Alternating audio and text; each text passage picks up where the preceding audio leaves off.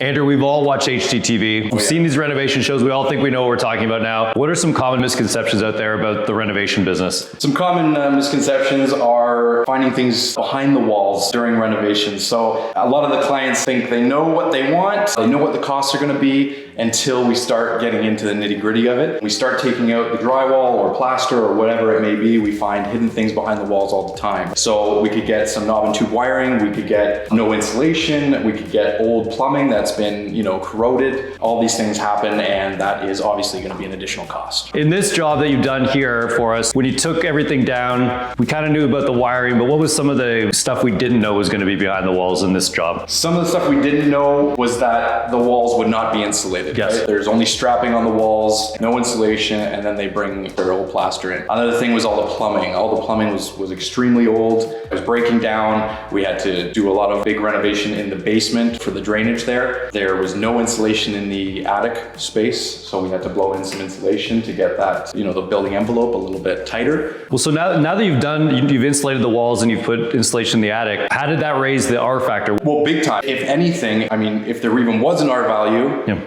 code usually typically is around about an R13. Yep. So that's what we were able to put in here without taking so much space from those exterior walls and building them out too far.